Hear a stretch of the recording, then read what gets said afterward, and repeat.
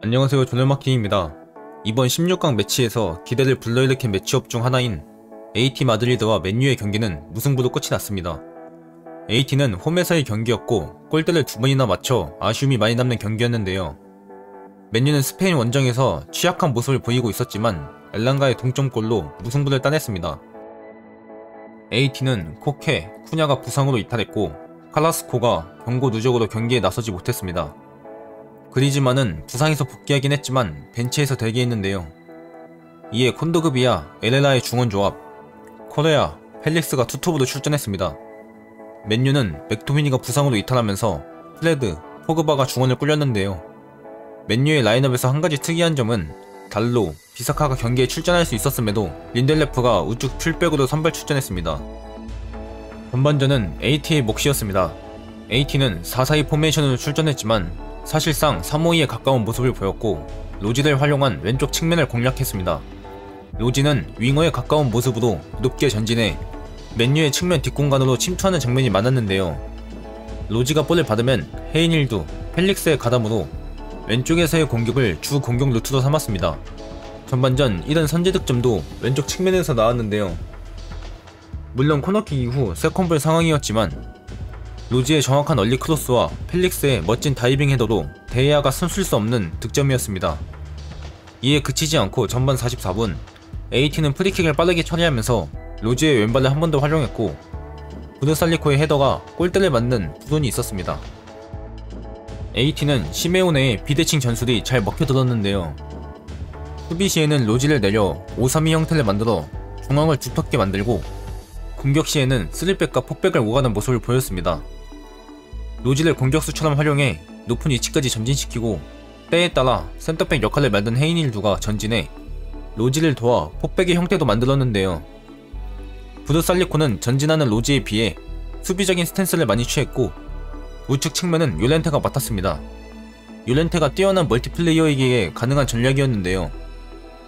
요렌테가 공격 시에는 오른쪽 미드필더처럼 움직이면서 측면을 넓게 돌아나갔고 율렌테가 볼을 잡으면 그때 부드살리코가 공격을 지원해주는 모습을 보였습니다. 이처럼 비대칭 전술을 통해 왼쪽에는 수적 우위를 만들면서도 오른쪽의 전진을 자제해 수비적인 밸런스를 유지하는 모습을 보였는데요. 이날 시메오네의 전술에서의 핵심은 로지였습니다.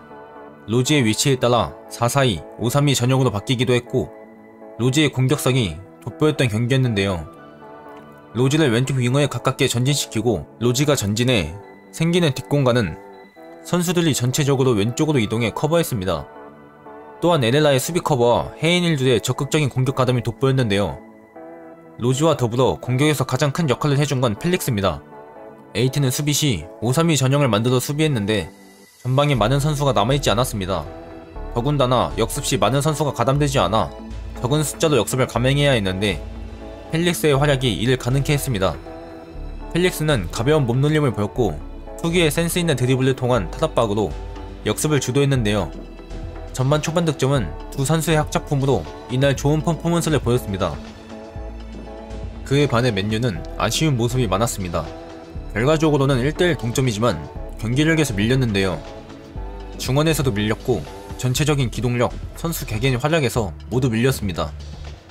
중원 싸움에서 밀린 게 컸습니다. 포그바는 평소 피지컬을 활용한 등딱과 뛰어난 발기술로 볼 소유하는데 큰 장점이 있는 선수인데요. 하지만 이날은 피지컬에서도 밀리는 모습을 보였고 몸 자체도 무거워 보여 볼 소유가 제대로 되지 않았습니다. 프레드 역시 마찬가지였습니다. 그간 포그바의 짝으로는 맥토미니가 출전했지만 부상으로 인해 프레드가 대신 출전했는데 맥토미니의 공백을 지우지 못했습니다. 프레드는 사이즈도 작은데다 볼을 소유하고 센터백을 보호하는 역할이 잘 맞는 선수가 아닌데요. 때문에 포그바가 전진하는 횟수도 적었고 전반전 평소에 쓰던 역삼각형의 형태보다 포그바, 프레드의 투블란트에 가까웠습니다. 제일 큰 문제는 공격진들의 부진이었습니다. 호날두는 AT 마드리드전 통산 35경기 25골을 기록하며 천적의 면모를 보였는데요.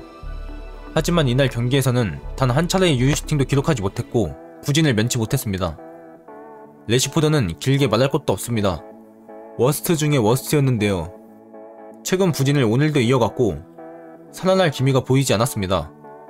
결국 레시포드는 75분 엘랑가와 교체 아웃됐는데 레시포드 대신에 투입된 엘랑가는 투입된 지 5분 만에 동점골을 터뜨리며 팀을 구했습니다.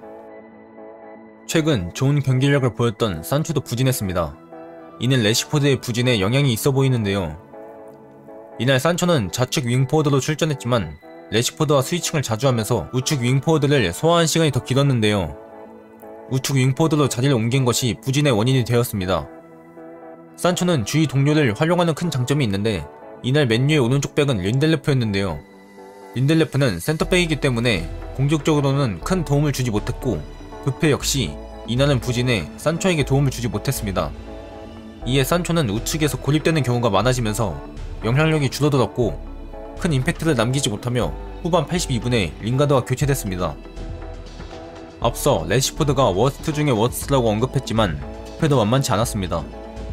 부페가 엘랑가의 동점골을 어시스트하며 무승부에 견인했지만 전체적인 경기 내용은 썩 좋지 못했는데요. 기동력이 떨어진 모습과 후방 빌드업에 가담할 때 잦은 패스미스, 전방에서 날카롭지 못한 패스들이 많았습니다. 전반전 공격형 미드필더 롤을 수행하면서 좌우 측면 공격에도 가담해야 했지만 큰 도움이 되지 못해 산초의 부진에도 영향을 미쳤는데요. 브라이튼전과 리즈전에 이어 3경기 연속 공격 포인트를 기록하게 됐지만 경기에서의 영향력이 너무 아쉬운 부페입니다. 부페에게 기대하는 바가 커서 그런지 모르겠지만 적어도 지금의 경기력보단 더 올라와야 하는 부페인데요. 맨유는 새해 첫 경기인 울버햄튼전 패배 이후 지지 않는 흐름을 만드는 데는 성공했습니다. 공식전 10경기 무패 행진인데요. 물론 중간에 미들즈브러전은 무승부로 기록되었지만 승부 차이 끝에 탈락했습니다. 맨유의 문제는 무승부가 너무 많습니다. 10경기 중 5경기가 무승부로 지지는 않지만 그렇다고 많이 이기지도 못하고 있습니다. 경기력도 오락가락하며 기복을 보이고 있고 제일 큰 문제는 3월달에는 맨시티, 토트넘, AT 마드리드, 리버풀 4연전이 남아있어 큰 고비를 넘겨야 하는 맨유인데요. 오늘 영상도 봐주셔서 감사합니다.